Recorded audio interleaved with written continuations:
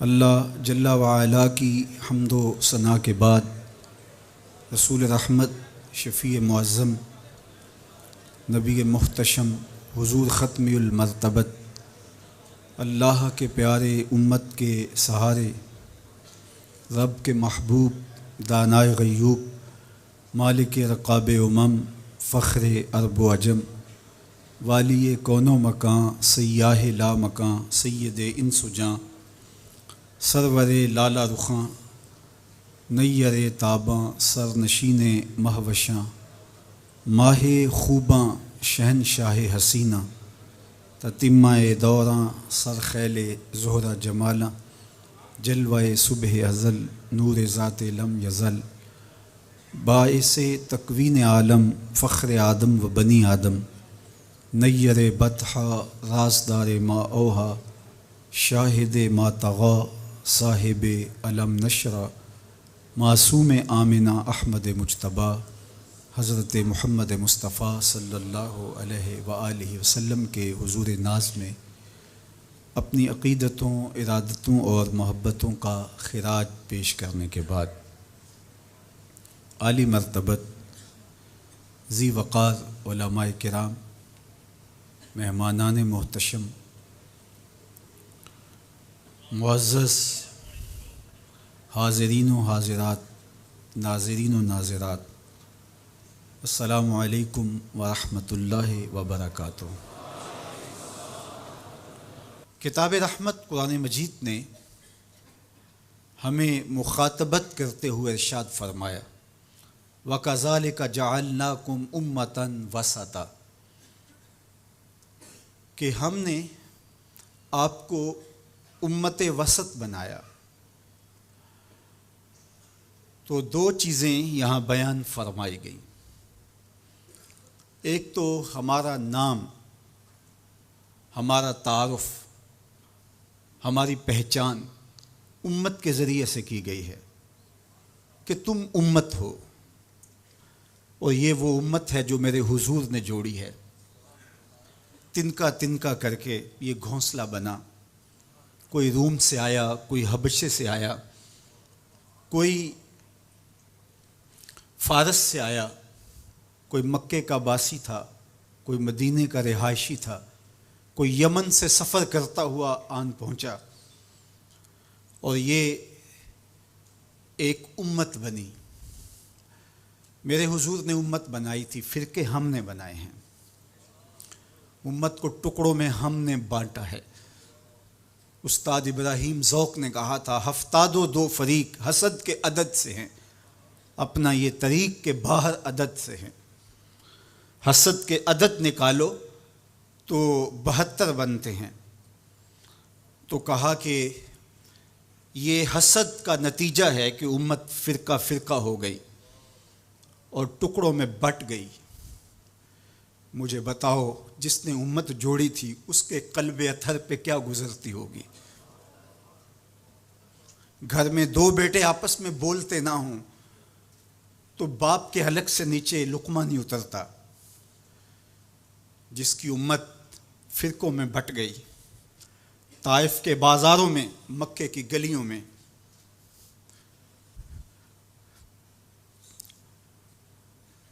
اور کہاں کہاں میرے حضور نے اس امت کے لیے دکھ جھیلے، تکلیفیں سہی، تو یہ امت ٹکڑوں میں بٹ گئی۔ حضور سے ہمیں معافی مانگنا ہوگی۔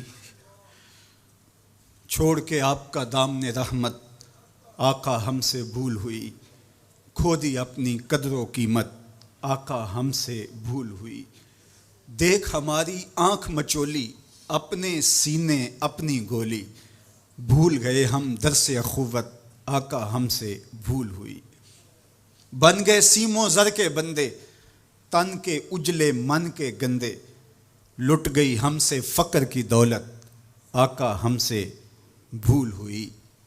دنیا کے ٹھکرائے ہوئے ہیں، تیرے در پہ آئے ہوئے ہیں، کھول دے اپنا باب رحمت، آقا ہم سے بھول ہوئی۔ ہم سے غلطی ہوئی کہ ہم ٹکڑوں میں بٹ گئے، ہم گروہوں میں بٹ گئے، اور اس کا نتیجہ کیا ہے؟ آج پوری امت زخم زخم ہے، پوری امت لہو لہو ہے۔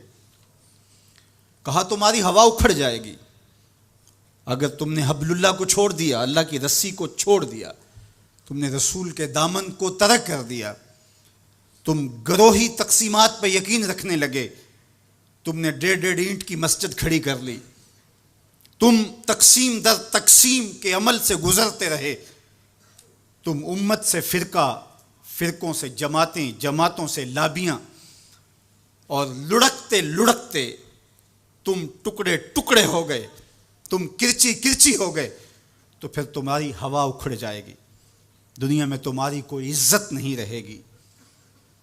آج حضور کے قلب اطہر پہ کیا گزرتی ہوگی جب شام کی بچیوں کے منہ پہ تماچے مارے جاتے ہیں، جب بغداد میں حضور کی امت خانمہ برباد نظر آتی ہے، جب برما میں آری لے کر کے اعضاء کاٹ دیے جاتے ہیں،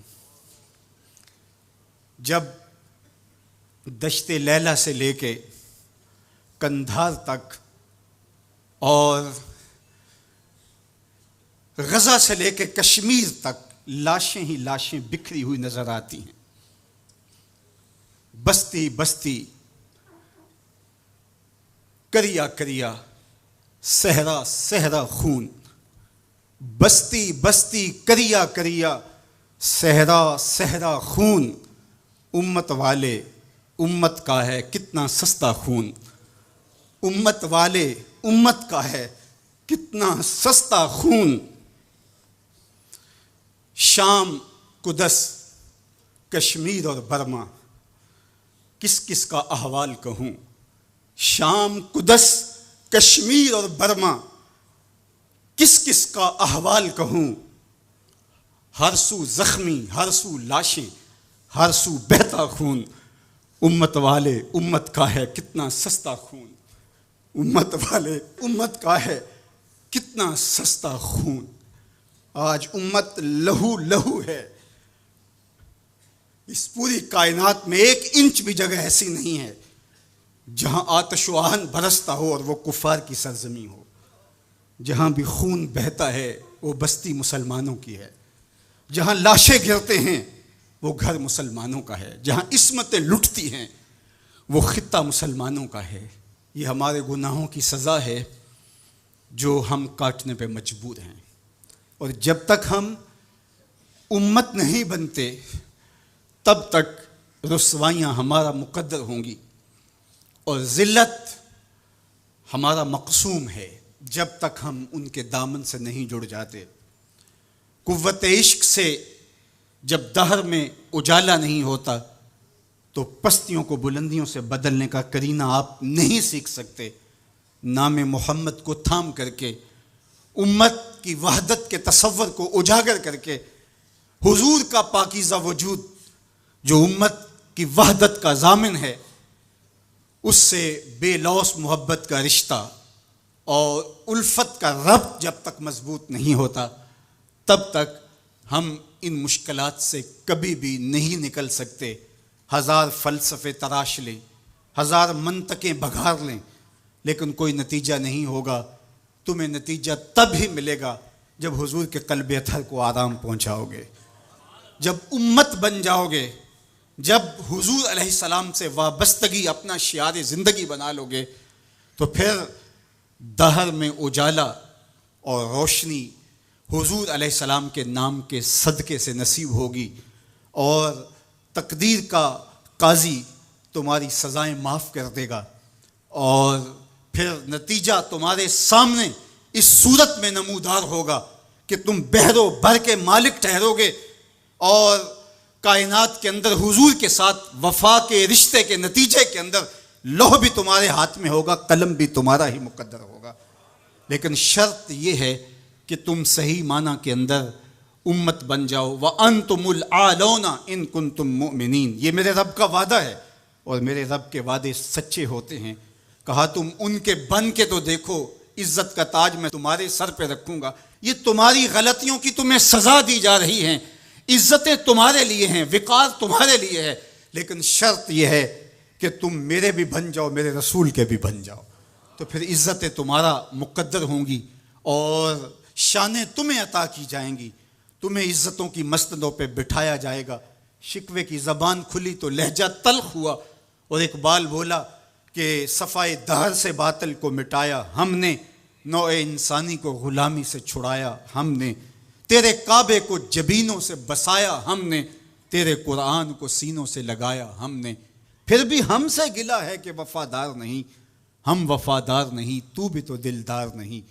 تو آواز آئی صفائے دہر سے باطل کو مٹایا کس نے، نوع انسانی کو غلامی سے چھڑایا کس نے، میرے کعبے کو جبینوں سے بسایا کس نے، میرے قرآن کو سینوں سے لگایا کس نے، تھے تو آبا وہ تمہارے ہی مگر تم کیا ہو، ہاتھ پہ ہاتھ دھرے منتظر فردا ہو، ہر کوئی مست مئے ذوق تن آسانی ہے، تم مسلمان ہو یہ انداز مسلمانی ہے، حیدری فقر ہے نئے دولت عثمانی ہے، تم کو اسلاف سے کیا نسبت روحانی ہے، وہ معزز تھے زمانے میں مسلمان ہو کر، تم خار ہوئے تارک قرآن ہو کر۔ جب تم میرے تھے تو خالد بن ولید کے پاس زہر کی شیشی لے کے پادری آتا ہے، تو حضرت خالد بن ولید پکڑ کے خود اس کو پی جاتے ہیں، اور وہ منتظر ہوتا ہے کہ تھوڑی دیر کے بعد یہ گریں گے اور موت واقع ہوگی، لیکن معمولی پسینے کے بعد حضرت خالد بن ولید کھڑے ہو کے کہتے ہیں میرے رب نے موت نہ لکھی ہو تو موت نہیں آ سکتی، آؤ رب کا ڈر سینے میں پال لو، زمانہ تم سے ڈرنا سیکھ لے گا، ان کے ہو جاؤ زمانہ تمہارا ہو جائے گا، ان سے وابستگی اختیار کرو پھر زمانہ تمہاری نوکری کرے گا۔ پھر میں اقبال کے لہجے میں کہنا چاہوں گا کہ محمد سے وفا تو نے تو ہم تیرے ہیں، یہ جہاں چیز ہے کیا لوح و قلم تیرے ہیں، پھر کائنات تمہاری باج گزار ہوگی، تمہاری دہلیز کی لونڈی ہوگی، زمانہ تمہارا نوکر ہوگا، شرط یہ ہے تم امت بن کے دکھاؤ، تم نے امت بننا ہے، تم نے رسول اللہ کا غلام بننا ہے، تمہارا لب و لہجہ بتائے ہم حضور کی امتی ہیں، تمہارا طرز زندگی بتائے تم حضور کی امتی ہو، تمہارا کردار بتائے تم ترازو پہ کچھ تول رہے ہو، تو لوگ دوسری طرف بھی منہ کر کے کھڑے ہو جائیں یہ غلط نہیں تول سکتا، یہ امت رسول ہے، تم بول رہے ہو لوگوں کو یقین ہو کہ یہ جھوٹ نہیں بول سکتا، یہ رسول اللہ کا امتی ہے، تمہارا طرز زندگی بتائے میں امت رسول ہوں، تمہاری وحدت، تمہارا زور ہے، تمہاری طاقت ہے، تمہاری توانائی ہے، تو فرمایا وَكَذَلِكَ جَعَلْنَاكُمْ أُمَّةً، ہم نے تو امت بنایا تھا تمہیں، تم ٹکڑے ٹکڑے ہوئے، تم نے اپنے آپ کو بانٹ لیا، تم ایک دوسرے کا گریبان نوچنے لگے، تم ایک دوسرے کے جبے پھاڑنے لگے، تم ایک دوسرے کے لیے نفرتوں کے بیج بونے لگے، تمہاری زبانیں انگارے اگلنے لگیں، تم چنگاریاں نکالنے لگے، تم ممبر و محراب کے تقدس کو پامال کرنے لگے، تم خواہشات کے غلام بن گئے، تم آرزوؤں کے نوکر بن گئے، تم اپنے نفس کی غلامی میں آ گئے، تم تو غلام تھے آمنہ کے لال کے، تم نے کب سے نفس کی غلامی اختیار کر لی، تم کب سے خواہش کے نوکر بن گئے، تم کب سے نفس کے بندے بن گئے، پھر تمہیں ذلیل نہ کیا جاتا تو اور تمہارا علاج کیا ہے؟ تقدیر کے قاضی کا یہ فتویٰ ہے ازل سے، ہے جرم ضعیفی کی سزا مرگ مفاجات، یہ تقدیر کا فیصلہ ہے۔ عبد القادر روحیلے نے جب ملک تیمور کو قید کر کے اس کی آنکھیں نوکے خنجر سے نکالی اور اس کی حرم کی بیٹیوں اور بہوؤں کو بہنا ناچنے پہ مجبور کیا، لیکن ایک دم نہ جانے اس کو کیا خیال آیا، اس نے سارا اسلحہ اتار کے پھینک دیا اور چارپائی پہ لیٹ کے خراٹے لینے لگا، لیکن وہ بیٹیاں برابر ناچتی رہیں۔ تو عبد القادر روحیلہ کھڑا ہوا اور اس نے کہا کہ میں ایک سپاہی ہوں اور اس حالت کے اندر اسلحہ اتار کے خراٹے لینے لگ جانا یہ ایک سپاہی کی شان کے لائق نہیں ہوتا، یہ میرا تکلف تھا، یہ میری بناوٹ تھی، مجھے خیال آ گیا کہ میں نے بہت زیادتی کی ہے اور میں یوں لیٹا، میرا خیال تھا کہ تیمور کی کوئی بیٹی میرے ہی خنجر سے میرا گلا چیر دے گی، لیکن اس کے باوجود تم برابر ناچتی رہیں، حمیت نام تھا جس کا گئی تیمور کے گھر سے۔ اس نے کہا کہ اب میں حق بجانب ہوں جو میں نے آپ کے ساتھ کیا، اس لیے کہ میرے خنجر کو پڑا ہوا دیکھ کے اور مجھے خراٹے لیتے ہوئے دیکھنے کے باوجود بھی جب تم ناچ رہی ہو تو پھر میں نے غلط نہیں کیا، تمہارا علاج یہی تھا، جب ہماری بیٹیاں غیروں کے نرغے میں ہوں، جب ہمارے گلے چیرے جا رہے ہوں، جب شام اجڑ رہا ہو، جب برما میں آریوں کے ساتھ انسانی اعضاء کاٹے جا رہے ہوں، جب بغداد کے اندر اس امت کی شہزادیاں بھیک مانگنے پہ مجبور ہوں، تو مجھے بتاؤ اس زمانے میں بھی ہم ایک دوسرے کے گریبان نوچیں گے؟ تو پھر جو ہمارے ساتھ ہو رہا ہے یہ ہماری سزا تھی، ہمیں امت بنایا گیا تھا، ہم نفس کے غلام بن گئے، ہم خواہشات کے نوکر بن گئے۔ تو میرے رب نے کہا وَكَذَلِكَ جَعَلْنَاكُمْ أُمَّةً۔ دوسری بات وسطا، تمہیں امت وسط بنایا۔ امت وسط، اس کے 3 معنی امام قرطبی نے کیے ہیں، باعظمت امت، با کمال امت، اور تیسرا معنی معتدل امت۔ عظمت کے جس معراج پہ تمہیں بٹھایا تھا وہ کسی اور کا مقصوم نہیں تھا۔ جعلت لی الارض مسجدا، پوری کائنات کو تمہارے لیے مسجد بنا دیا گیا، تمہیں یہ عزت دی۔ حضور نے فرمایا میں آخری نبی ہوں، وانتم آخر الامم، اور تم آخری امت ہو، پس خدا بر ما شریعت ختم کر، بر رسول ما رسالت ختم کر۔ ہمیں آخری امت بنایا گیا۔ کنتم خیر امت اخرجت للناس تامرون بالمعروف وتنہون عن المنکر۔ یہ مجھے کہا گیا، یہ آپ کو کہا گیا، تم خیر امت ہو۔ ذرا گریبان میں جھانک کر کے دیکھیں، مجھے کہا گیا میں خیر ہوں، آپ کو کہا گیا خیر ہوں، یار یہ نسبت میرے حضور کی ہے۔ تو تم خیر سے جڑے ہو، تم بھی خیر بن گئے ہو، تم خیر امت ہو، تمہیں عزتوں کی مسند دی گئی، جو معراج، جو مقام، جو مرتبہ، جو رفعت تمہیں دیا گیا وہ کسی اور کا مقصوم نہیں ہے، تم خیر امت قرار پائے۔ اللہ اکبر۔ تو کہا اس سے مراد باعظمت امت ہے۔ دوسرا معنی با کمال امت، جو عزت، جو شرف، جو مرتبہ، جو مقام تمہیں دیا گیا، جو کمال، عروج اور بانکپن تمہارا مقصوم ہے، وہ کسی اور امت کا مقصوم نہیں ہے۔ حضور نے ارشاد فرمایا ایک بندہ صبح سے لے کر کے ظہر تک مزدوری کرتا ہے، اس کو ایک قیراط دیا جاتا ہے۔ ایک ظہر سے لے کر عصر تک مزدوری کرتا ہے، اس کا وقت تھوڑا ہے لیکن مزدوری اس کو بھی ایک قیراط دی جاتی ہے۔ اور تیسرا شخص عصر سے لے کر مغرب تک مزدوری کرتا ہے، دونوں سے کم تھوڑا وقت لگاتا ہے لیکن اس کو 2 قیراط دیے جاتے ہیں۔ فرمایا پہلی مثال یہود کی ہے، دوسری مثال نصارہ کی، اور تیسری مثال میری امت کی ہے۔ تھوڑے عمل پر زیادہ اجر رکھا گیا۔ من جاء بالحسنۃ فلہ عشر امثالھا، ایک نیکی کرو گے 10 کا ثواب ملے گا۔ یہ اس امت کو اعزاز دیا گیا، یہ امت کو تکریم دی گئی۔ ایک بچہ حفظ قرآن کرتا ہے اور اپنے خاندان کے لوگوں کی شفاعت کرتا چلا جاتا ہے۔ بڑھاپے میں اترتا ہے ایک شخص، عمر کی کثرت کی وجہ سے وہ خاندان کی شفاعت کا اہل ہو جاتا ہے۔ کیا کیا شرف نہیں دیے گئے، کیا کیا مقام نہیں دیا گیا۔ اس امت کو عزتوں کی مسند پہ بٹھا دیا گیا۔ قیامت کے دن اعضائے وضو سے چمکتی ہوئی یہ امت سامنے آئے گی، دور سے پہچانے جائیں گے یہ محمد عربی کے غلام ہیں، چونکہ ان کے اعضاء چمک رہیں گے، روشنی نکل رہی ہوگی ان کے وجود سے۔ تیسرا معنی امت وسط کا معتدل امت، اعتدال کی راہوں پہ چلنے والی، نہ یہود کی طرح اور نہ نصارہ کی طرح افراط و تفریط کا شکار نہیں ہوں گے، بلکہ یہ اعتدال کی راہوں پہ گامزن ہوں گے، عقائد میں، اعمال میں، رویوں میں، طرز زندگی میں، انداز معاشرت میں، گفتگو میں، کلام میں، ہر لحاظ سے یہ اعتدال کی راہوں کے مسافر ہوں گے۔ جب یہ امت اعتدال کی راہوں سے نکلی اور ان میں غلوف پیدا ہوا یا ان کے اندر تفریط پیدا ہوئی تو نتیجہ یہ ہوا امت اپنے وقار کو کھو بیٹھی۔ یہود نے شان الوہیت اور شان رسالت کے اندر تنقیص کر دی اور انبیاء علیہم السلام کی دشمنی مول لی اور کتنے نبیوں کو ناحق قتل کیا۔ بنی اسرائیل نے 70 نبی شہید کیے۔ آج اگر راہ خدا میں ہمیں کوئی تکلیف پہنچتی ہے تو میں اور آپ ہوتے کون ہیں؟ اس راستے کے اندر تو نبی شہید کیے گئے۔ امام رازی نے تفسیر کبیر میں لکھا ہے کہ مکے سے طائف تک 70 ایسے نبیوں کی قبریں ہیں جن کی وفات صرف بھوک کی وجہ سے ہوئی ہے۔ یہ دین یوں ہی ہمارے تک نہیں پہنچا، یہ قدریں ہمارے تک یوں ہی نہیں پہنچی، ہمارے اسلاف کی قربانیوں کا نتیجہ ہے۔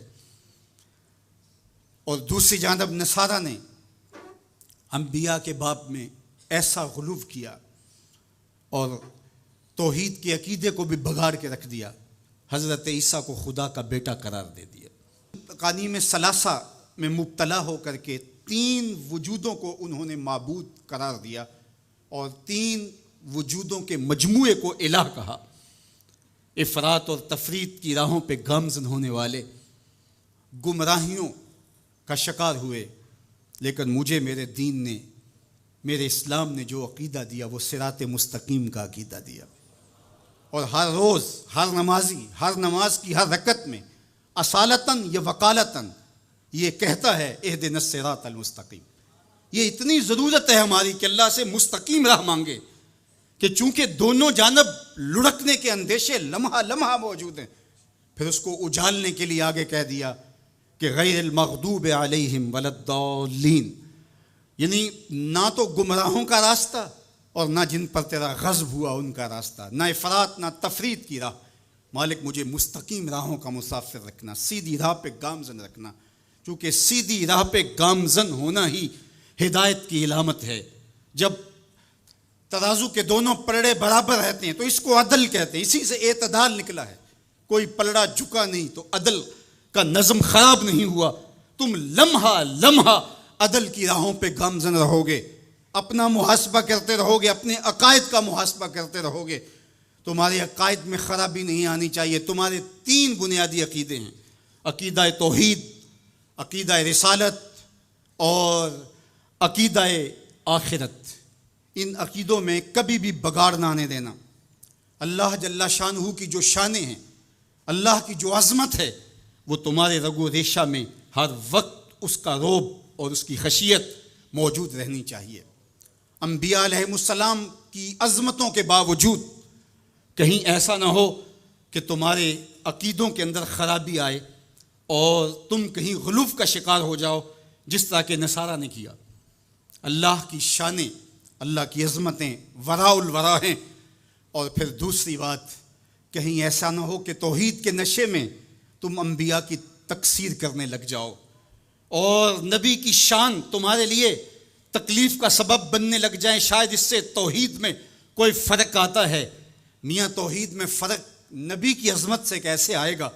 اس لیے کہ نبی کو عظمت دینے والا تو میرا رب ہی ہے۔ وَرَفَعْنَا لَكَ ذِكْرَكَ۔ اور پھر تیسری بات، عقیدہ آخرت۔ آخرت کا عقیدہ یہ ہے کہ ہم نے اس دنیا پر بیٹھ نہیں رہنا، بہرحال اللہ کی طرف سے جو اس کے علم میں متعین ہماری زندگی ہے اس کو گزارنے کے بعد ہم نے یہاں سے رخصت ہونا ہے۔ وہ ہم جوانی میں چلے جائیں، ہم بڑھاپے میں چلے جائیں، یا ارذل العمر کے بعد ہم اس دنیا سے رخصت ہوں، یا بچپن میں چلے جائیں، یہ ہمارے علم میں نہیں ہے، یہ امر ہم سے مخفی رکھا گیا، یہ اللہ کی حکمت ہے۔ لیکن یہ طے شدہ ہے کہ ہم نے یہاں بیٹھ نہیں رہنا، اور جب یہاں سے جانا ہے تو ایک دوسرا جہاں ہمارے لیے منتظر ہے، اور وہاں ہم نے ایک ایک عمل کا حساب دینا ہے۔ ثم لتسألن یومئذ عن النعیم۔ اس دن ایک ایک عمل کے بارے میں پوچھا جائے گا۔ اللہ اگر چاہے تو ہم سے گرفت کر لے، اور اگر چاہے تو اپنے کرم سے معاف کر دے۔ اگر وہ معاف کرنا چاہے تو کوئی پوچھ نہیں سکتا کہ اتنا بڑا پاپی اور مجرم تھا، اسے معاف کیوں کیا گیا۔ اور اگر وہ گرفت کرنا چاہے تو کسی کو حق نہیں ہے کہ وہ یہ کہہ سکے کہ مجھے گرفت کیوں کی گئی۔ تو ایمان بیم و رجا کے درمیان ہے۔ الایمان بین الخوف والرجا، ایمان خوف اور امید کی درمیانی کیفیت میں ہے۔ ڈر بھی لگا رہے، دھڑکا بھی لگا رہے، اور امید کے چراغ بھی بجھنے نہ پائے۔ فضل دی آس ہے مینوں تے نالے ڈر بھی آندا ہے۔ فضل کی امید بھی رہے لیکن خوف بھی طاری رہے، پکڑا بھی جا سکتا ہوں، گرفت بھی ہو سکتی ہے، اس کی پکڑ بھی بڑی سخت ہے۔ ان بطش ربک لشدید، تیرے رب کی پکڑ بہت سخت ہے۔ جب وہ پکڑتا ہے تو پھر کوئی اس سے اپنے آپ کو چھڑوا نہیں سکتا۔ اللہ اکبر۔ تو اس کی پکڑ کا خوف بھی رہے، لیکن وہ کریم بھی ہے، وہ معاف کرنا چاہے۔ ما یفعل اللہ بعذابکم، وہ تمہیں عذاب دے کے کیا کرے گا؟ اگر تم اس کا شکر کرنا سیکھ جاؤ تو وہ تو تمہارا رب ہے، وہ تمہیں عذاب دے کے کیا کرے گا؟ تو امید بھی روشن رہے، اور خوف بھی طاری رہے۔ تمہید الایمان کے اندر شیخ عبدالحق محدث دہلوی علیہ رحمہ حضرت سیدنا عمر رضی اللہ تعالیٰ عنہ کا قول بیان کرتے ہیں کہ وہ فرماتے ہیں کہ اگر مجھے یہ پتہ چلے کہ سارے لوگ جنت میں جائیں گے، ایک شخص جہنمی ہوگا، تو میں ڈرتا ہوں کہیں وہ ایک میں ہی نہ ہو جاؤں۔ اور اگر مجھے یہ پتہ چلے کہ سارے لوگ جہنم میں جائیں گے اور ایک ہی جنت میں جائے گا، تو مجھے امید ہوگی شاید وہ ایک میں ہی ہو جاؤں۔ اور ہم کہتے ہیں فلاں اگر جنت میں چلا گیا، فلاں اگر بخشا گیا تو میں بھی چلا جاؤں گا۔ ہم نے اپنی آخرت دوسرے سے جوڑ دی، فلاں بخشا گیا تو میں بھی بخشا جاؤں گا۔ وہ کہتے ہیں اگر سارے جنت میں جائیں، یہ خبر ہو کہ ایک نے جہنم میں جانا ہے، تو میں ڈرتا ہوں کہیں وہ ایک میں ہی نہ ہو جاؤں، وہ میں ہی نہ پھنس جاؤں۔ ایک بچہ تھا، گھر سے روتا ہوا نکل گیا اور جنگلوں کے اندر آنسو بہاتا ہے۔ کوئی درویش ملا، اس نے کہا کیا ہوا؟ کہا مجھے اللہ سے بڑا ڈر لگتا ہے۔ میرے حضرت قبلہ خواجہ محمد یعقوب مصطفی رحمۃ اللہ تعالیٰ علیہ، آپ کے یہاں نشان پڑ گئے تھے رو رو کے، ان کی ہڈیوں میں درد بھرا ہوا تھا، یہاں رو رو کے نشان پڑ گئے تھے۔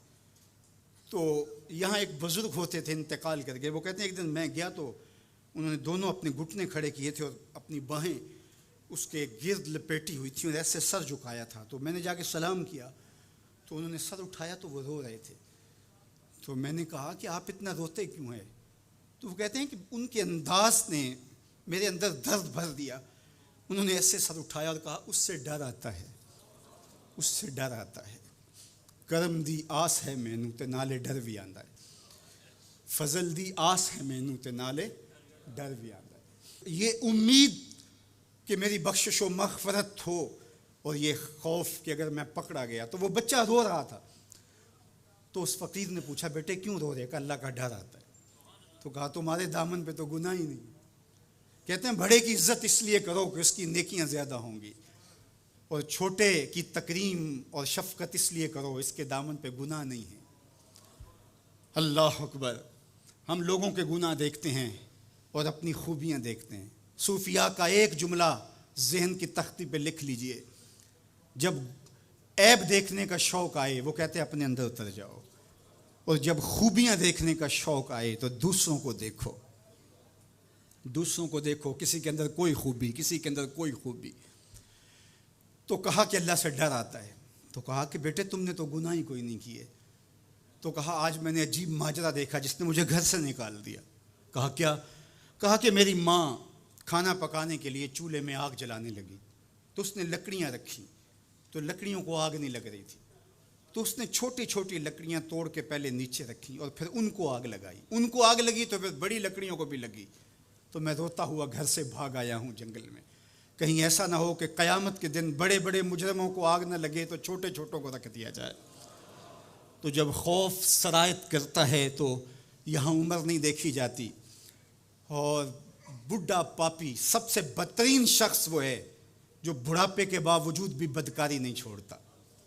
کہتے ہیں جب کوئی بندہ 40 سال کا ہوتا ہے پھر اس کا عذر باقی نہیں رہتا، 40 سال تک اس کا عذر باقی رہتا ہے، لیکن جب 40 سال کا ہو جائے، اب سن کہولت میں آ گیا، اب اگر وہ گناہ کرتا ہے تو کوئی عذر نہیں ہے۔ ہڈیاں کمبن گوڈے کھڑکن تے اڑ گیا لک تیرا، اجے بھی بدیوں باز نہ آئیوں جیو مرد دلیرا، یا ایھا الانسان ما غرک بربک الکریم۔ میرا رب پکار پکار کے کہہ رہا ہے او بھاگنے والے انسان، آجا پلٹ کے، تیرا رب بڑا ہی کریم ہے۔ میں یہ بات 100 بار کہی، میرے سننے والے مجھ سے 1000 بار سن چکے، لیکن لفظوں کی چاشنی اور امید کی ایسی جگمگاتی کرنیں روشن ہوتی ہیں کہ دل میں چراغاں ہو جاتا ہے، اور جب میں یہ بول رہا ہوتا ہوں تو میرے اندر پھل جھڑیاں پھوٹ رہی ہوتی ہیں، اور اللہ کے تشکر کے اندر درد کی کیفیت بھی پیدا ہو رہی ہوتی ہے کہ وہ رحمت بھرے لہجے میں پکار کے کہہ رہے سرکش کو، متمرد کو، باغی کو، جو اس کی دہلیز چھوڑ کے بھاگ گیا، او بھاگنے والے آجا پلٹ کے، تیرا رب بڑا ہی کریم ہے۔ کوئی ایسے بھی آواز دیتا ہے، کوئی ایسے بھی مجرم کو پکارتا ہے۔ یہاں رک کے میں ایک اور جملہ بھی کہنا چاہتا ہوں۔ اعتدال میں حقوق اللہ اور حقوق العباد کی جو لوگوں نے تقسیم کی اور اس کا اپنا معنی متعین کیا، وہ ایک مشہور تو ہے لیکن حقیقتاً وہ معنی متعین نہیں ہے۔ اللہ کے حق فائق ہیں مخلوق کے حق سے۔ عمومی طور پہ کہا جاتا ہے یار حقوق اللہ کی خیر ہے، بس حقوق العباد کا خیال رکھو۔ یہ عمومی بات کہی جاتی ہے. تو یہ بات اچھی طرح ذہن نشین کر رہے ہیں. یہ بھی آپ کے اعمال میں اور آپ کی افکار میں اور آپ کے نظریات میں غلو پیدا ہو گیا کہ آپ نے اللہ کے حق کو کمتر سمجھ لیا اور مخلوق کے حق کو غالب سمجھ لیا. ایسا نہیں ہے، اللہ کے حق سب سے زیادہ ہیں. اللہ تعالیٰ قرآن مجید میں ایک موقع پر ارشاد فرمایا وَمَا قَدَرُ اللَّهَ حَقَّ قَدْرِهِ، انہوں نے اللہ کی قدر کا حق ہی ادا نہیں کیا. وہ تمہارا خالق لگتا ہے، خالق کے بڑھ کے حق کس کے زیادہ ہو سکتی. تو جو مختلف روایات کے اندر حقوق العباد کی طرف توجہ دلائے گی تو اس کا مطلب یہ ہے، مفہوم یہ ہے کہ اللہ تو کریم ہے، وہ معاف کر دے گا، بندہ تو معاف نہیں کرے گا. بالخصوص قیامت کے دن جب پھنس گیا اور اس کی اپنی بدعمالیاں بھی اس کے پاس ہوئیں اور کسی نے اس کا حق غصب کیا ہوا ہوگا تو پھر کیا ہوگا؟ اب وہ تو خود پھنسا ہوا ہے تو وہ کبھی نہیں چھوڑے گا. اب اللہ تعالیٰ کس طرح اس معاملے کا حل فرمائے گا کہ یہ شخص جس نے حق کھایا ہے، جس نے زیادتی کی ہے، تو اس دوسرے شخص کو اپنی نیکیاں دے گا. نیکیاں لینے کے باوجود بھی اگر وہ پاپی اتنا بڑا ہے کہ ابھی بھی کام نہیں بنتا اور اس کے ذمے قرض بھی باقی رہ گیا تو پھر یہ اس کو اپنے گناہ دے گا. تو اب قیامت کے دن کون چھوڑے گا؟ جہنم کی دہکتی ہوئی آگ سامنے ہوگی اور ایک بندہ پھنسا ہے اور یہ بھی پھنسا ہوا ہے تو اس کی جان اس کو اپنے گناہ دے کے اس کی نیکیاں لے کے چھوٹ رہی ہے تو وہ کیسے معاف کرے گا؟ وہ نہیں معاف کرے گا. اس لیے اس معنی کے اندر کہا کہ حقوق العباد میں کوتاہی نہ کرنا، اس لیے کہ اس کی معافی نہیں کرے گا. وہ اس کے پاس ایک چیز ہاتھ لگ جائے گی وہ تو غنیمت سمجھے گا. تو اس کا یہ مطلب بھی کہیں نہیں ہے کہ بندے کے حق کہیں غالب اور زیادہ ہیں، اللہ کے حق کم ہیں. جو حق بندے کا اللہ پر ہے، اللہ نے تو پیدا کیا ہے. الذی خلقک فسواک فعدلک، کہا تیرے حق میرے اوپر زیادہ ہے اس لیے کہ میں تیرا خالق لگتا ہوں. میں آپ سے پوچھتا ہوں اس دنیا پر، اس عالم رنگ و بو میں، اس مادی کائنات میں سب سے زیادہ آپ کے کندھوں پر کس کے حق ہیں؟ تو آپ سب کہیں گے ماں کے حق. حضور سے بھی پوچھا گیا من ابرو، حضور میں سب سے زیادہ کس کے ساتھ حسن سلوک کروں؟ یہ حضور سے سوال کیا گیا تو میرے آقا کریم نے فرمایا امک، اپنی ماں کے ساتھ. تو اس نے پھر دوبارہ سوال کیا، پھر حضور نے فرمایا کہ اپنی ماں کے ساتھ. پھر کہا حضور میں سب سے زیادہ نیکی کس سے کروں؟ میری نیکیوں کا، میرے حسن سلوک کا سب سے زیادہ حقدار کون ہے؟ تو آقا کریم نے فرمایا امک، تیری ماں. تو پھر اس نے چوتھی مرتبہ کہا تو حضور نے فرمایا تیرا باپ. تو 3 مرتبہ حضور نے ماں کا ذکر کیا. علماء نے یہاں لکھا کہ والد اولاد کی تربیت کرنے کے لیے مشقت سہتا ہے، کمائی کرتا ہے، یہ ایک مرحلہ ہے اس کا. ماں 9 ماہ تک اس کو اپنے پیٹ میں رکھتی ہے، ایک مرحلہ یہ. پھر ولادت کا دوسرا مرحلہ، زچہ بچہ دونوں کے لیے موت و حیات کی کشمکش ہے. اور تیسرا مرحلہ اس کی تربیت کا جس کا باپ شامل ہوتا ہے. تو ماں کے 3 حق بیان کیے اور باپ کا ایک حق بیان کیا. مجھے بتاؤ وہ ماں اور وہ باپ جو اولاد کو اپنی آنکھوں کا تارا اور نور نظر کہتی ہے، کیا اس کے حق ساری زندگی بھی کوئی لگا رہے تو ادا کر سکتا ہے؟ کسی نے کہا کہ میں نے ماں کو اپنے کندھوں پہ اٹھا کے حج کروایا اور موسم میں حدت اور گرمی اتنی تھی کہ اگر گوشت کا ٹکڑا زمین پہ پتھر پہ ڈال دیا جاتا تو وہ بھن کے کباب بن جاتا. کیا میں نے اپنی ماں کا حق ادا کر دیا؟ کہا تیری ولادت کے وقت جو اس نے تکلیف سہی، اس تکلیف کے ایک جھٹکے کا حق بھی ادا نہیں ہوا. یہ تیری ماں ہے. کیا تو اتنی بے وفا ہو گئی ہے کہ اس ماں کی مرضی اب تیری مرضی نہیں رہی؟ وہ باپ جس کی ہڈیاں بھی درد کر رہی ہیں اور وہ مزدوروں والے اڈے پہ بیٹھا ہے اور جب کوئی مزدور لینے آتا ہے تو اس سے صحیح طرح سے اٹھا بھی نہیں جاتا، پھر بھی کلی والا ڈبہ اٹھا کے آگے بڑھتا ہے اور مزدور لینے والے شخص کے ساتھ لپٹ کے چمٹ کے کہتا ہے کہ بابو مجھے لے جاؤ، 10 روپے کم دے دینا، میں نے اپنی بیٹی کی کالج کی فیس دینی ہے. وہ باپ جس کی ہڈیاں دکھ رہی ہیں اور جا کے دیوار پر کلی کر رہا ہے، اس کی کمائی سے کالج میں پڑھنے والی بیٹی کو ایک خاتون ایک سجے ہوئے دفتر میں بٹھاتی ہے اور کہتے تو پدر شاہی نظام کے خلاف بغاوت کر، تیرا جسم تو تیری مرضی ہونی چاہیے، باپ ہوتا کون ہے؟ وہ بیٹی اس کے منہ پہ تھپڑ مارے، وہ کلی کر کے میرا پیٹ پالتا رہا اور میری فیسیں ادا کرتا رہا، میں تو اپنے بدن اور اپنی زندگی کی ایک ایک سانس بھی اپنے باپ کے نام کر دوں، حق پھر بھی ادا نہیں ہو سکتا ہے. میرا باپ میری تعلیم کا ضامن ہے، میری زندگی کا ضامن ہے، میری عزت اور آبرو کا پہرے دار ہے۔ اللہ اکبر، معاشرہ بدل گیا، حالات کے تیور تبدیل ہو گئے، بغاوتیں بھر گئیں، وفاؤں نے دم توڑ دیا۔ مغرب کی تہذیب سوائے تکلف کے اور کچھ نہیں ہے، اور چہرہ جو روشن نہ ہو تو کیا حاجت گلگونہ فروش، نئی تہذیب تکلف کے سوا کچھ بھی نہیں ہے۔ یہ مغربی تہذیب کی یلغار نے مرد آوارہ، بیکار و زن کمار باش کیا معاشرہ تخلیق کیا جا رہا ہے۔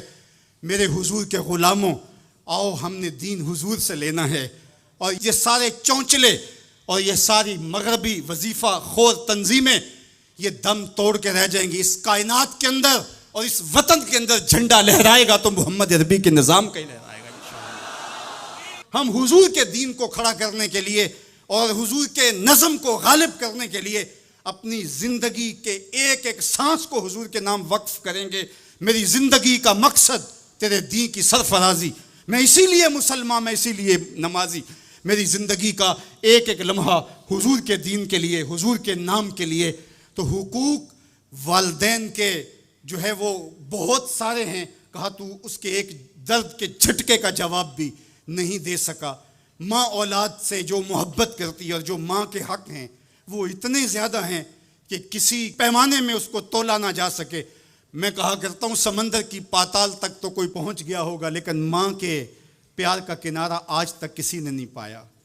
یہ سڑکوں کے کناروں پر بڑے بڑے ہیوی ترازو نصب کر دی گئے ہیں، پورا کنٹینر تول لیا جاتا ہے، لیکن آج تک ایسا ترازو میں نے نہیں دیکھا جس پر ماں کے پیار کو بھی تولا جا سکے۔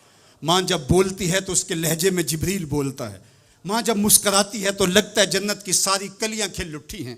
اللہ نے ماں کے سینے میں وہ درد، وہ درک، وہ محبت، وہ چاہت، وہ پیار کا جہاں آباد کر دیا کہ سید خورشید گیلانی نے کہا تھا کہ اونچے ہوٹلوں میں کھانا کھانے میں وہ سرور کہاں جو چولہے پر بیٹھ کے ماں کے ہاتھوں سے پکی ہوئی چپاتیاں کھانے میں ملتا ہے۔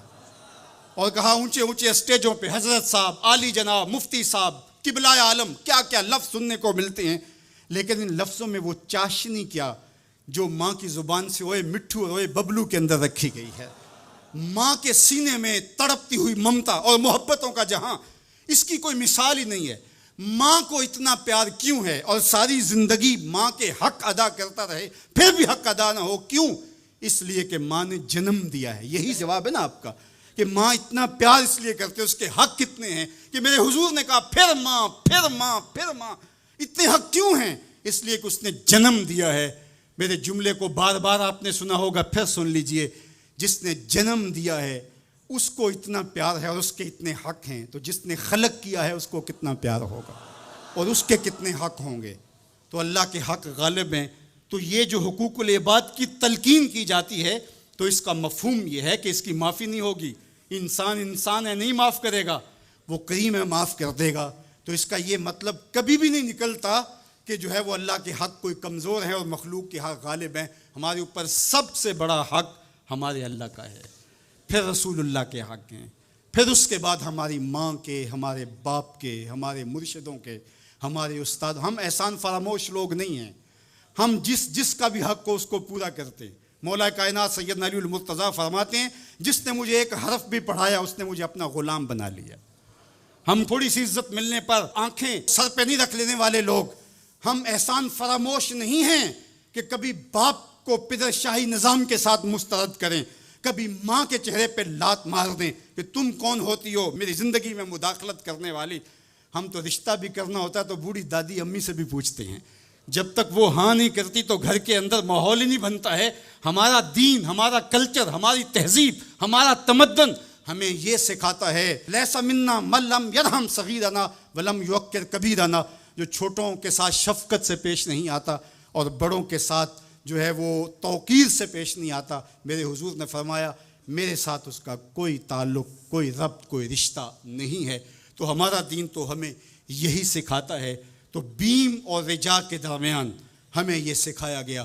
بات احترام کی چلی تو عقیدوں کے اندر جب غلوف پیدا ہوتا ہے تو اغیار کی سازشوں کا ہم نادیدہ اور دیدہ طور پہ شکار ہو جاتے ہیں۔ اقبال نے آج سے صدیوں قبل یہ بات جو ہے وہ ہونے والے حادثات کی نشاندہی کرتے ہوئے اپنے زمانے میں کہا تھا کہ تو کہ نشناسی خفی راز جلی ہوشیار باش، اے گرفتار ابو بکر و علی ہوشیار باش. کہا تو نہیں جانتا کہ تیرے ساتھ کیا کھیل کھیلا جا رہا ہے. ابو بکر اور علی کو آپس میں مقابل کھڑا کرنے والے ہوشیار ہو جا. یہ غیار کی سازش ہے. یہ دونوں کرنیں سینہ محمد عربی کی ہیں. ابو بکر بھی حضور کے ہیں، علی بھی حضور کے ہیں، عثمان بھی حضور کے ہیں، اصحاب بھی رسول کے ہیں، اہل بیت بھی حضور کے ہیں. ہم ان کی چوکھٹ کے فقیر بھی ہیں اور ان کے در کے بھی غلام ہیں. ہم تو غلام ابن غلام ابن غلام ہیں. ہمیں تو ان کی وساطت سے دین ملا ہے. ہم ایک کا نام لے کر کے دوسرے کی نفی نہیں کر سکتے. اللہ کے محبوب علیہ الصلوۃ والسلام نے حضرت سیدنا علی المرتضیٰ کو دیکھا اور فرمایا، مسند امام احمد بن حنبل نے اس کو روایت کیا، نہج البلاغہ میں موجود ہے. سیدنا علی المرتضیٰ فرماتے ہیں حضور نے میرے بارے فرمایا، یہلک فی رجلان محب مفرط و مبغض. علی تیرے معاملے میں آ کے دو لوگ برباد ہوں گے. تیرا معاملہ حضرت عیسیٰ والا معاملہ ہے. ایک نے حضرت عیسیٰ سے بغض رکھا اور ان کی ماں پہ تہمت لگا دی، اور ایک نے حضرت عیسیٰ سے اتنی محبت کی انہیں ابن اللہ کہہ دیا. دونوں گمراہ ہو گئے. فرمایا تیرا معاملہ بھی حضرت عیسیٰ کا ہے. یہلک فی رجلان، حضرت علی خود فرماتے ہیں میرے معاملے میں دو لوگ برباد ہوں گے، محب مفرط و مبغض. ایک محبت کر کے برباد ہوگا، ایک بغض رکھ کے برباد ہوگا. امتن وسطہ، درمیانی امت ہو تم نے ترازو کے دونوں پلڑے پورے کر کے عدل کے تقاضوں کو پورا کرنا ہے. ایسا نہ ہو کہ علی کی محبت آنکھوں پہ پنٹی باندھ دے، تمہیں ابو بکر بھی نظر نہ آئے، تمہیں غارے سور کی بلندیوں پر اپنے کندھوں پہ حضور کو اٹھا کے لے جانے والا صدیق بھی دکھائی نہ دے، اور تمہیں جو ہے وہ دشمن کے آگے سینہ تان کے کھڑے ہونے والا فاروق بھی دکھائی نہ دے، اپنا سارا مال حضور کی راہوں میں خرچ کر دینے والا تمہیں عثمان نظر ہی نہ آئے، تم یوں اندھے ہو جاؤ. اور ایسا بھی نہ ہو جانا کہ علی کا نام لیا جائے تمہاری طبیعت میں بے چینی آ جائے، تمہارے چہرے کا رنگ بدلنے لگے، تم علی کا نام گوارا نہ کرو. جس علی کا ذکر بھی عبادت ہے، تمہیں ٹھنڈ کیوں نہیں پڑتی ہے، تمہیں تسکین کیوں نہیں ہوتی ہے؟ تو کہا نہ ادھر لڑکنا نہ ادھر لڑکنا، نہ تم گمراہیوں کا شکار. وَكَذَلِكَ جَعَلْنَاكُمْ أُمَّةً وَسَطًا، تم امت وسط بن کے رہنا، تم ترازو کے دونوں پلڑے برابر رکھنا. اور میں آپ کو امت وسط کے حوالے سے ایک ضروری بات وہ بھی بتانا چاہتا ہوں، وہ یہ کہ میرا اسلام، میرا دین امن کا دین ہے. قیام امن دین کے مقاصد میں شامل ہے. لیکن دوسری جانب اگر دشمن کی سرکوبی کے بغیر راستے نہ نکلتے ہوں تو اسلام کہتا ہے گھوڑے تیار رکھو. اسلام کہتا ہے تمہاری تیغ براں اس کے سر کو کاٹتی ہوئی آگے بڑھ جائے، تم ان کے جوڑ جوڑ پہ مارو. تمہیں جہاد کا حکم دیا گیا تو ان دونوں پلڑوں کو برابر رکھنا پڑے گا. کہیں ایسا نہ ہو کہ تم امن کی بات کرتے کرتے جہاد کو ہی بھول جاؤ، اور ایسا بھی نہ ہو کہ تم جہاد کی بات کرتے ہوئے امن کا مذاق اڑانے لگو جو کہ دین کے مقاصد سے ہے. جہاد بھی امن کے قیام کے لیے کیا جاتا ہے. آپ فقہا سے پوچھیں، فی نفس ہی قتال قبح ہے، حسن نہیں ہے، فی نفس ہی. لیکن یہ حسن کیسے ہوا؟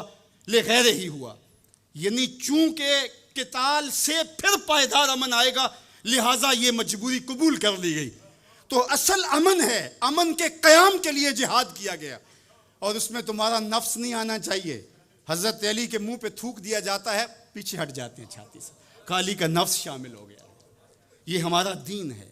شہادت ہے مطلوب و مقصود مومن، نہ مال غنیمت نہ کشور کشائی، شہرت پسندی کے لیے. ابو امامہ الباہلی فرماتے ہیں حضور علیہ الصلوۃ والسلام سے پوچھا، ایک شخص شہید ہو جاتا ہے، جان راہ خدا میں وار دیتا ہے، لیکن اس کے دل میں ہے کہ چلو میری شہرت بھی ہو جائے گی تو اس کو اجر ملے گا.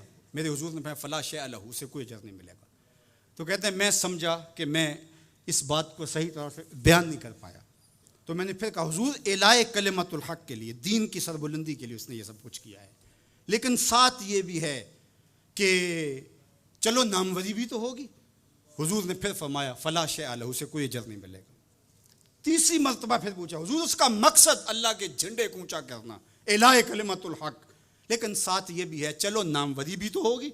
میرے حضور نے پھر فرمایا فلا شیء لہ، اور پھر مزید وضاحت کرتے ہوئے فرمایا اللہ صرف اسی عمل کو قبول کرتا ہے جو محض اس کے لیے کیا گیا ہو. تیرے عمل میں اخلاص ہو تو اس کا اجر کچھ اور ہے. حور و خیام سے گزر، بادہ و جام سے گزر، محض اس کی رضا کے لیے عمل ہو تو وہ جہاد جہاد ہے، ورنہ وہ جہاد، وہ قتال جہاد ہی نہیں ہے جو نفس کے لیے کیا جائے، جو مال غنیمت کے لیے کیا جائے، جو لوگوں میں بڑھوتری، جو زمین کی ہوس میں کیا جائے، جو خواہشات نفس کے لیے کیا جائے۔ تو ہمیں جہاد کے لیے بھی شرائط دی گئی، لیکن اس کا مقصد امن کا قیام ہے۔ تو بعض اوقات ہم یہاں توازن برقرار نہیں رکھ پاتے، اور توازن کا برقرار نہ رکھنا بہت سخت نقصان کا سبب بن جاتا ہے۔ یہ بلڈ پریشر تھوڑا سا اوپر نیچے ہو گیا زندگی لے جاتا ہے۔ اب کہیں یہ تھوڑا سا ہی نیچے ہوا، کیا فرق پڑا اس سے؟ میاں اس توازن کا نام ہی تو صحت ہے، صحت کا نام ہی تو زندگی ہے۔ 1262 سے لے کر کے 1290 تک خاقان اعظم قبلائی رہا۔ اس کے اندر دلچسپی پیدا ہوئی، مختلف مذاہب کی طرف رغبت پیدا ہو گئی۔ اس نے مختلف مذاہب کو ماننے والوں کو اپنے پاس بلایا۔ غلام مرتضیٰ میکش نے یہ تاریخ اسلام میں سارا واقعہ لکھا ہے، اور اس نے بدھ مت کے لاماؤں کو، ہندوؤں کے بڑوں کو، جوگیوں کو، پادریوں کو، سب کو بلا کے کہا مجھے اپنے اپنے مذہب کے حوالے سے کچھ بتاؤ۔ تو جو عالم دین گیا مسلمانوں کی طرف سے، اس نے جہاد کی آیتیں پڑھی، اور جس میں کفار کو قتل کرنے کا حکم نامہ تھا۔ تو قبلائی خان نے کہا کہ تمہارا دین کافروں کو قتل کرنے کی تلقین کرتا ہے؟ اس نے کہا ہاں۔ تو کہا پھر آپ ہمیں قتل کیوں نہیں کرتے؟ تو کہا کہ ہمارے پاس طاقت نہیں ہے۔ تو اگر طاقت ہو تو کہا پھر ہم تمہیں کاٹ دیں۔ تو اس نے وہیں کھڑے کھڑے حکم نامہ جاری کیا کہ ان کا دین اگر ہمیں قتل کرنے کا حکم دیتا ہے، طاقت نہ ہونے کی وجہ سے یہ رکے ہوئے، تو پھر یہ کیوں زندہ بچے؟ اس نے فوراً حکم نامہ جاری کیا، جو مسلمان سامنے اس کو کاٹ دو۔ مسلمان گاجر مولی کی طرح کٹنے لگے۔ یہ کلمہ حق کہہ کے آیا تھا وہاں۔ اس دور کے صوفی بزرگ اور عالم شیخ جلال الدین علیہ رحمہ، پتہ چلا کہ یہ ایک عالم کی لغزش سے سب کچھ ہوا ہے۔ عالم کا پھسلنا عالم کا پھسلنا ہے۔ تو گئے جا کے بادشاہ کو کہا کہ بادشاہ کیا ماجرا ہوا؟ کہا تمہارا دین ہمیں قتل کرنے کا کہتا ہے اور ہمارے پاس طاقت ہے، پھر ہم آپ کو کیوں چھوڑے؟ تو کہا صاحب وہ دین کی تعبیر کو سمجھتے نہیں تھے جنہوں نے آپ کو بتایا۔ حالت جنگ کے یہ احکام ہیں۔ عام دنوں کے اندر تو اسلام یہ نہیں کہتا، اور حالت جنگ کے اندر آپ بتائیے کون کسی کو چھوڑتا ہے؟ لیکن میرا اسلام پھر بھی بچوں کو چھوڑتا ہے، پھر بھی خواتین کو چھوڑتا ہے، مذہبی رہنماؤں کو چھوڑتا ہے۔ اس نے کھڑے کھڑے حکم نامہ جاری کیا کہ جو کٹ گئے ابھی تلواریں نیام میں ڈال لی جائے۔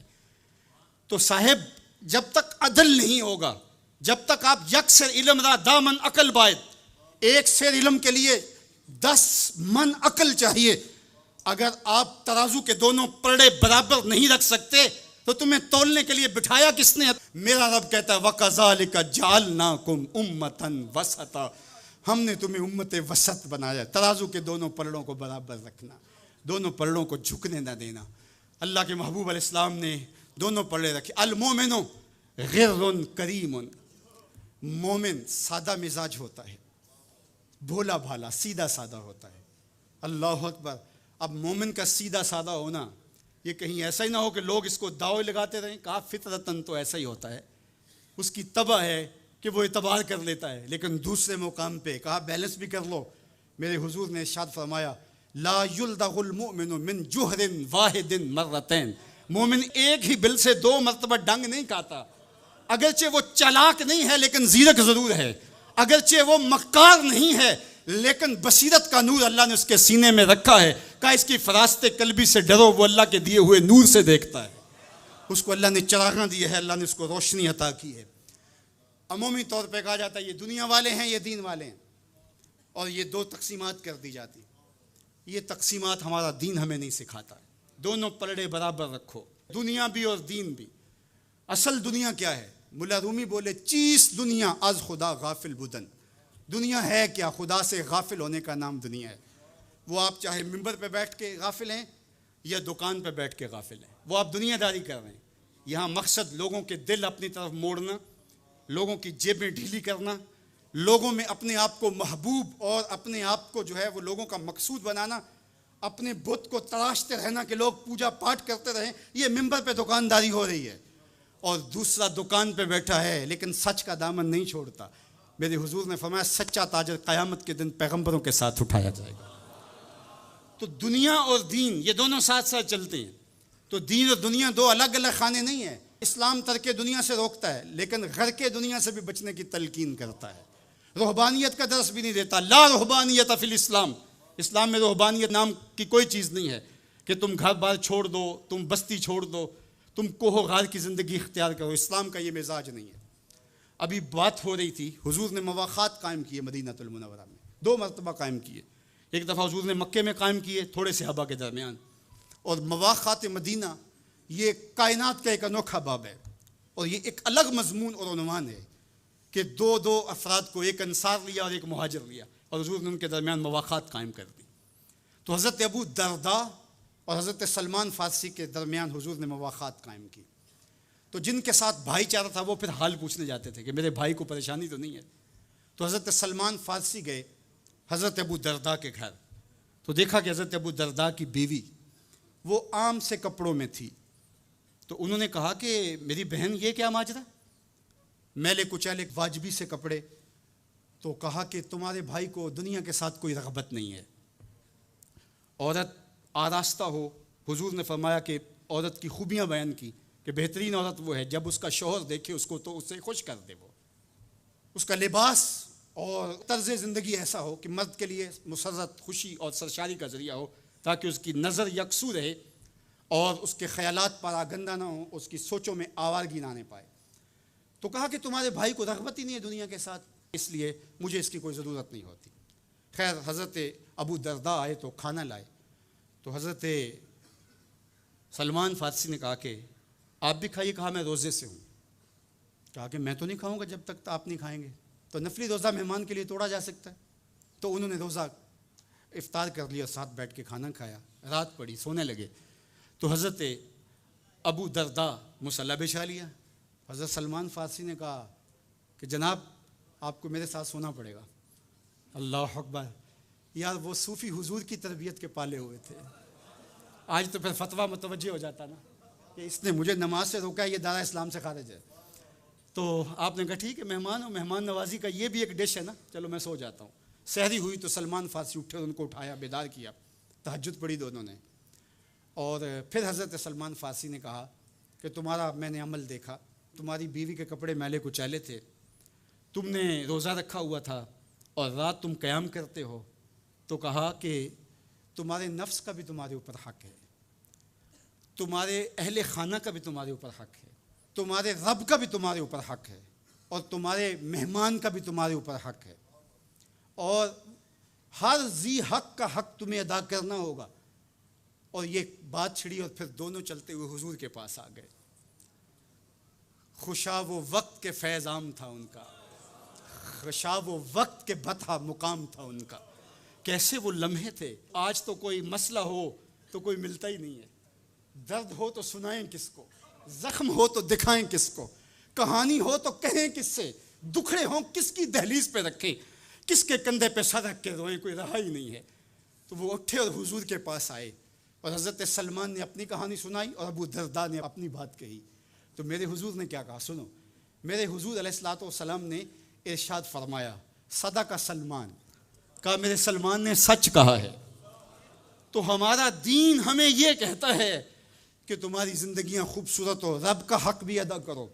اور حضور نے ایک شخص کو دیکھا وہ سخت کمزور ہے. تو آقا کریم نے فرمایا کہ کیا ماجرا ہے, تم بہت کمزور ہو. اس نے کہا کہ بہت ساری مصیبتیں ہیں جو میرا رخ کر رہی ہیں. تو میرے حضور نے کہا کہ تو نے اللہ سے کوئی دعا تو نہیں مانگی تھی. اللہ اکبر, یہ دل و قلب و نگاہ کے مرشد اولین ہیں. حضور تو سینوں کے چھپے راز بھی جانتے. کہا کہ تو نے کوئی دعا تو نہیں کی تھی رب سے. کہا جی حضور میں نے اللہ سے دعا کی تھی. کیا دعا مانگی. کہا میں نے اللہ سے کہا مالک جو بھی تکلیفیں ہیں مصیبتیں ہیں وہ آخرت کے حصے کی بھی دنیا پہ بھیج دے تاکہ یہیں فارغ ہو کے جاؤں, آخرت میری صاف ہو جائے. تو بڑے دکھڑے ہیں, بڑے غم ہیں, بڑی اذیتیں ہیں, بڑی بیماریاں ہیں جس نے مجھے کمزور کر دیا. تو بظاہر بڑی اچھی بھلی بات تھی کہ سارے دکھڑے دنیا پہ لے لی, آخرت صاف کر لی. لیکن میرے حضور نے کیا ارشاد فرمایا, فرمایا تم نے یہ کیوں کہا کہ آخرت کے دکھ بھی دنیا پہ مل جائیں, تم نے یہ کیوں نہیں کہا ربنا آتنا فی الدنیا حسنۃ وفی الآخرۃ حسنہ, اللہ دنیا میں بہتریاں دے دے آخرت میں بھی بہتریاں. وَكَذَلِكَ جَعَلْنَاكُمْ أُمَّةً وَسَطًا, جب تک ترازو پورا نہیں رکھو گے, جب تک دونوں پلڑے برابر نہیں ہوں گے تم آگے کبھی نہیں بڑھ سکو گے۔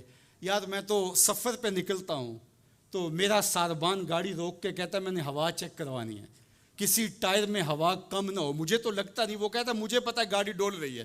یار ایک ٹائر میں ہوا کم ہو تو سفر نہیں ہو سکتا، تو کہیں ٹائر پھولا ہو اور کہیں چپکا ہوا ہو تو تم سمجھتے ہو مدینے پہنچ جائیں گے، مدینے نہیں پہنچ سکتے، تم تو کہیں نہیں پہنچ سکتے۔ وَكَذَلِكَ جَعَلْنَاكُمْ أُمَّةً وَسَطًا، دونوں ترازو کے پلڑے برابر رکھو، دونوں ٹائروں کے اندر ہوا پوری رکھو، پھر تمہاری گاڑی فراٹے بھرتے ہوئے مکے بھی پہنچے گی، مدینے بھی پہنچے گی۔ اس لیے کہا کہ تم نے امت وسط بننا ہے، اپنے دامن کو کبھی بھی دائیں بائیں جھکنے نہیں دینا، افراط و تفریط کا شکار نہیں ہونے دینا۔ طاعت اور خدمت خلق کے مابین بھی عمومی طور پہ ہمارے معاشرے کے اندر ایک غلط فہمی پائی جاتی ہے۔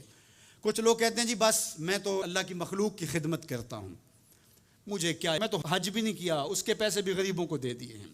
وہ تبلیغ کرتے ہیں لوگ کہ جناب قربانی کے پیسے بھی اگر غریبوں میں دے دیے جائے تو یہ زیادہ اچھا ہے، ان کی مدد ہو جائے۔ تو وہ اس خدمت خلق میں اتنا غلو کر جاتے ہیں کہ وہ اسلام کے شعار کا مذاق اڑانے لگ جاتے ہیں، اور جو عبادت والے ہیں انہیں ہمسائے کو دیکھنے کا موقع بھی نہیں ملتا۔ اور آپ جانتے ہیں کہ جب ایک بستی کو برباد کرنے کا حکم دیا گیا تو کہا کہ یہاں تو ایک بستی میں شخص رہتا ہے جس کا سر سجدے سے اٹھتا ہی نہیں۔ کہا میرے بندوں کے اوپر قیامتیں ٹوٹیں اور ان کے اوپر ظلم اور جبر کے پہرے ہوں اور اس کے ماتھے پہ شکن نہیں آتا، اس کے سمیت ہی بستی کو لٹ کے رکھ دو۔ یار عبادت کرتے ہو لیکن ہمسایوں کا خیال بھی رکھو۔ میرے حضور علیہ الصلوۃ والسلام نے لعاب پھینکا نا تو صحابہ نے اپنے ہاتھوں پہ لے کے اپنے منہ پہ مل لیا۔ کائنات کے اندر آپ کو ایسا کوئی محبوب نہیں ملے گا جیسے حضور ہے۔ آپ نے عشق اور محبت کی لوک داستانیں بڑی سنی ہوں گی، لوگوں نے نہریں بھی کھودیں، لوگوں نے محبوبوں کے لیے کیا کچھ نہیں کیا، لیکن آج تک آپ کو ایسا نہیں ملا ہوگا کسی محب نے محبوب کا لعاب بھی چاٹا ہو۔ کائنات میں یہ انوکھا باب ہے۔ تو حضور علیہ الصلوۃ والسلام نے فرمایا کہ تمہیں اس چیز پر کس نے ابھارا کہ میرا لعاب بھی اپنے چہروں پہ مل رہے ہو؟ تو انہوں نے کہا اللہ اور اس کے رسول کی محبت نے۔ تو میرے حضور نے اس کی نفی نہیں کی، لیکن ساتھ ہی فرمایا اگر کوئی چاہتا ہے کہ اللہ اس کے رسول سے محبت کرے اور اللہ اور اس کا رسول اس سے محبت کرے تو وہ ہمسایوں کے حقوق کا خیال رکھے۔ یعنی تمہارا یہ پہلو بھی، تم عاشق رسول بھی ہو لیکن ہمسایوں کا بھی تو خیال رکھو۔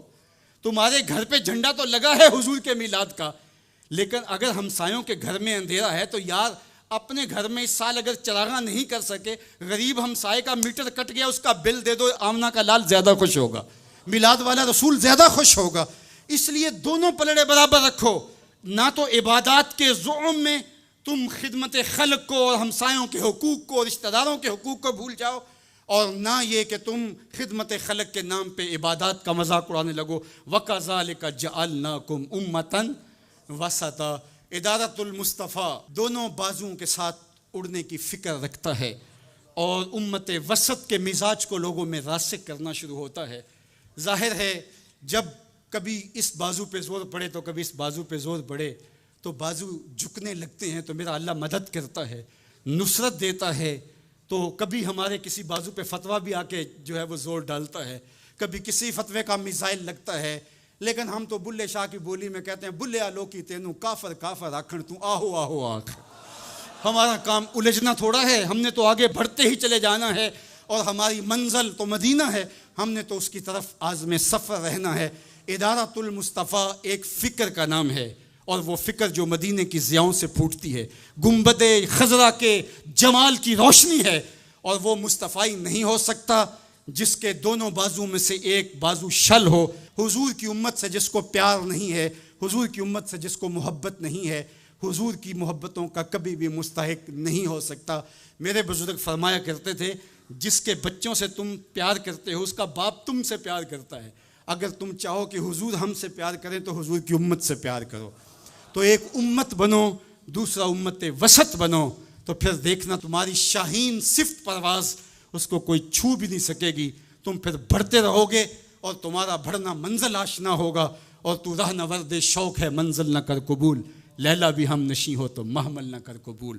تیرا تو مطمع نظر، تیرا تو ہدف ہی کچھ اور ہے، تو دنیا کے لیے نہیں ہے، دنیا تیرے لیے ہے، تو خواہشات کا دیوانہ نہیں ہے، بلکہ خواہشات تیرے پیچھے دوڑیں گی اور زمانہ تیری دہلیز پہ باندیوں کی طرح نوکری کرے گا۔